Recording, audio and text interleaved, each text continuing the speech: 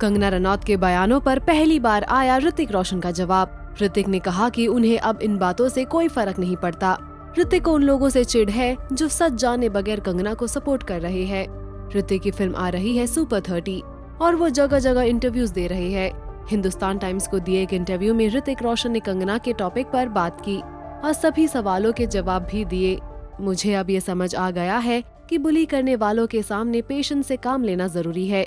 ये हमारे समाज पर निर्भर करता है कि वो इसे किस तरह देखता है। जैसा मैं हूँ, मैं समझता हूँ कि अगर मैं कानूनी रूप से जवाब दूंगा तो आक्रामक कहा जाऊंगा और अगर मैं पीछे हट जाता हूँ तो मुझे कमजोर दिल का कहा जाता है।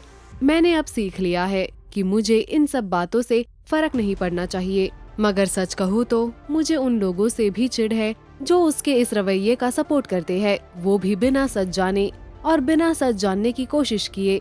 उन्हें ये भी नहीं पता कि उनकी वजह से ये सर्कस 6 साल तक चलता रहा। खैर, मैं उस महिला के साथ सीधे तौर पर मेरा कोई भी लीगल केस नहीं है, इसलिए क्योंकि भारत में किसी भी लड़के का पीछा नहीं किया जा सकता है। I have come to realize that bullies have to be treated with a certain amount of patience and not be engaged with. It is upon the civil society and those who claim to be just and fair to see and observe if there is harassment.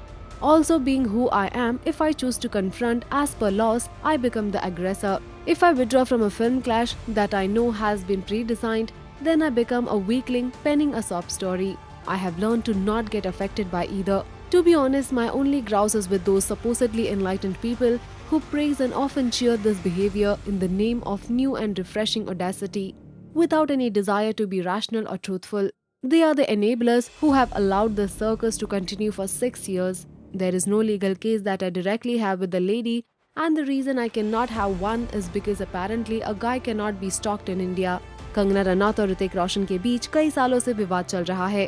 Kangana ने 2016 में एक interview में ऋतिक को सिली x कहा था। उसी दिन ऋतिक ने ट्विटर पर लिखा था, He would rather have an affair with the Pope than the women the media has been linking him up with. इसी के बाद दोनों के बीच चीजें काफी बिगड़ी। एक दूसरे को लीगल नोटिस भेजने से लेकर कमेंट्स, आरोप प्रत्यारोप का सिलसिला जारी है। इनका झगड़ा एक सेंसेशनल न्यूज आज भी बना हुआ है। लगता है ये मसला ठीक नहीं होने वाला है। ऋतिक के फ्रेश बयान को लेकर आपके क्या रिएक्शंस है? पोस्ट करिए अपने कमेंट्स।